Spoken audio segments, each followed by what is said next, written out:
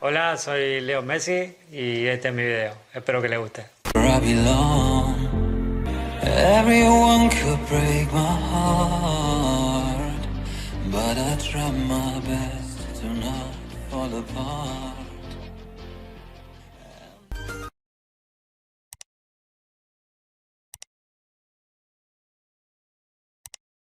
Down here.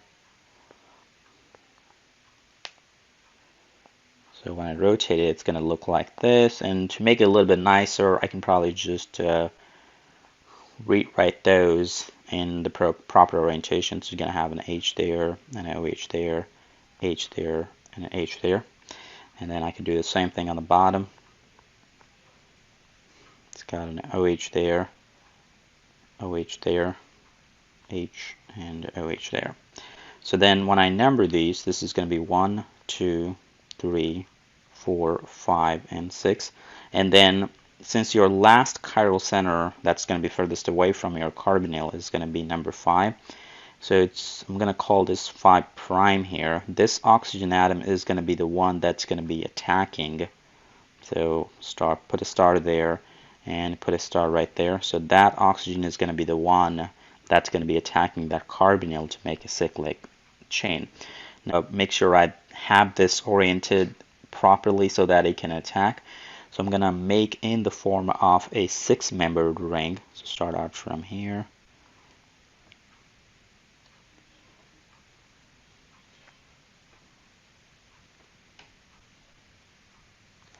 So if this is my 1, 2, 3, 4, 5, and that's going to be 6 so far.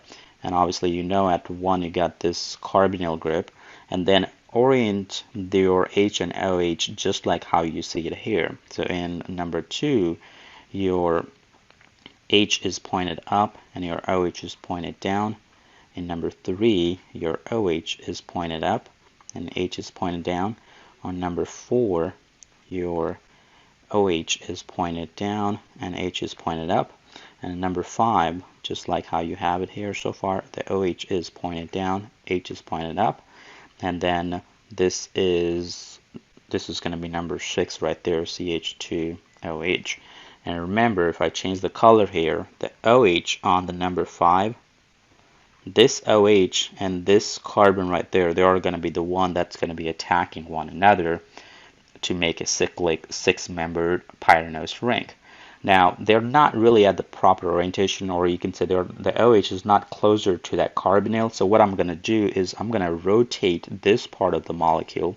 So when I rotate it, this kind of comes up here, and this kind of comes down here, and this hydrogen is going to come down here. So when I rotate it, then you'll have this properly oriented. So let me copy that down.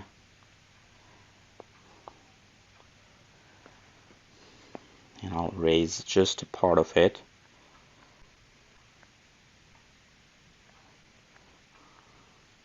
So now you have this properly oriented where the OH is right next to your carbonyl group and the other CH2OH is going to be on the top and your hydrogen is going to be on the bottom.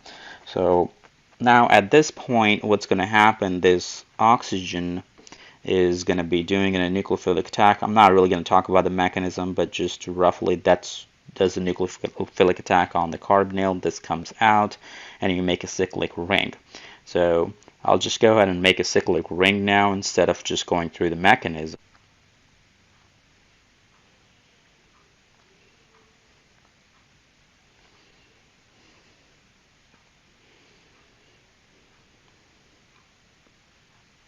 Alright, so this is my cyclic ring, and I'm going to have an oxygen right there. So just keep the colors to be same. So that's your oxygen right there. And then this is going to be 1, 2, 3, 4, 5. And then your 6 is going to be pointed to the top. So let me just go ahead and write down all of them. This is CH2OH there, H there. And then on number 4, you're going to have the OH pointed down, H pointed up. On number 3, you have the OH pointed up, the H pointed down. And number 2, you have the OH pointed down, H pointed up. Now, when you're gonna be making another hydroxyl group at carbon number 1 here, and when you do make a new hydroxyl group, this hydroxyl group has two options. It could be either down or it could be up. So what that really means, I could have this OH pointed down. That's one way of having that position, or I could have that pointed up. So I'm just going to copy down.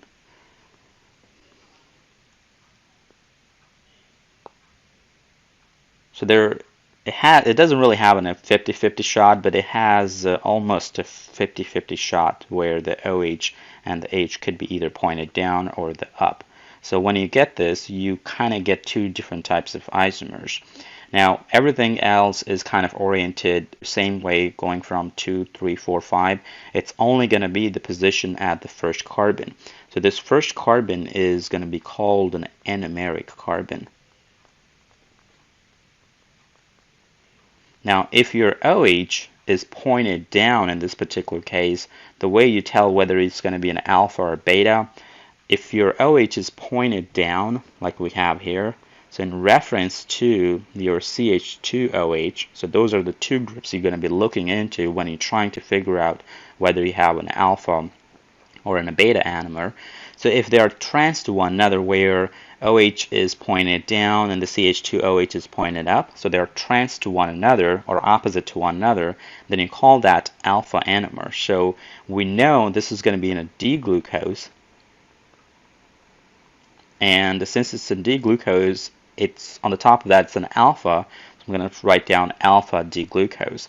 And on the bottom one, if your OH and the CH2OH, they're pointed in the same direction, they're both kind of pointed up, then, or they both could be pointed down, as long as they are cis to one another or they're both in the same direction, that's going to be your beta anomer. So this is going to be the beta D-glucose.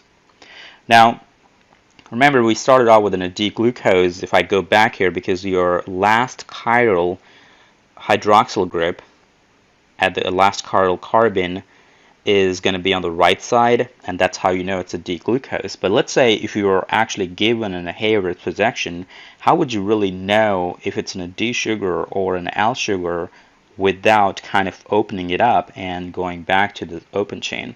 You can easily tell by the position of your CH2OH group. If the CH2OH group is pointed up, like in this case, then it's going to be a D sugar. If that CH2OH is pointed down, in that case it would have been in the position of this H right there, then it would have been an L sugar. So that's how you tell, looking at the position of this methyl hydroxyl group, if it's going to be in a D sugar or an L sugar. This alpha and beta anomer, in terms of how much you have in aqueous solution, the alpha anomer is actually going to be about 34%, and this beta anomer is going to be 64%. So they can go back and forth among one another. So if you do make some alpha anomers, and it can kind of go back and make beta anomers, and same can be said for the beta anomers going back to the alpha anomers. But in terms of the stability, you can say that since you have 64% beta glucose there, it's going to be more stable.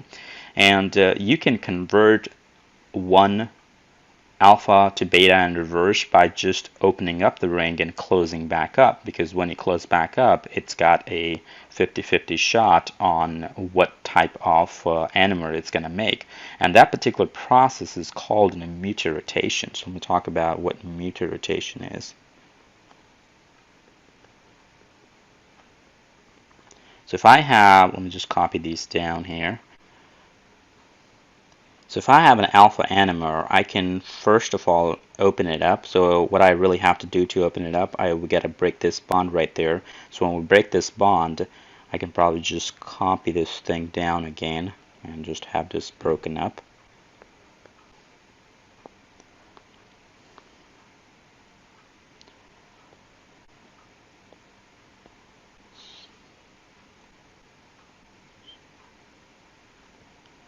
So when I break this bond, it's also going to have this right there, this carbon 1 kind of gone back to the carbonyl group.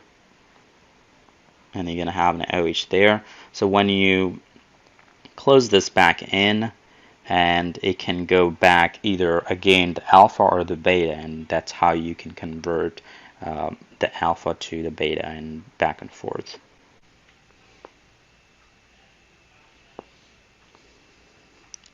So it's not only going to be making a beta, it could also make the alpha anomer back again, but it could also make the beta anomer. So if you're trying to convert a bunch of your alpha anomers to the beta, you gotta first open up the ring, and then when you snap back again, you will be making some alpha again, but then you're also going to be making a lot of betas.